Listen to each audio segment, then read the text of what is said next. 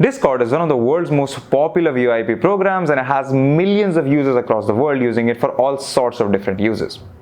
My name is Yadullah, you're watching Candid.Technology, and in this video we're talking about how you can make a Discord server in case you've decided to jump on the bandwagon.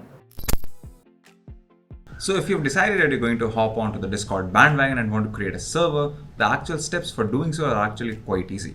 Just open Discord and log into with your account. And on the left where you can see your server list, just scroll all the way down and you will see a plus icon which says add a server.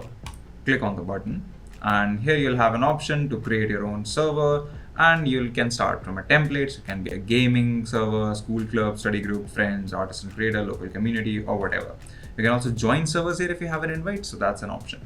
We're just going to click create my own. It's for me and my friends. I'm going to add a server name, and you can also add a server profile profile image if you want. Then click create. And you have your first Discord server. That's literally as easy as it is. If you like this video, give us a thumbs up, subscribe to the channel, press the bell icon, and tell us in the comments below what more such content can we make for you.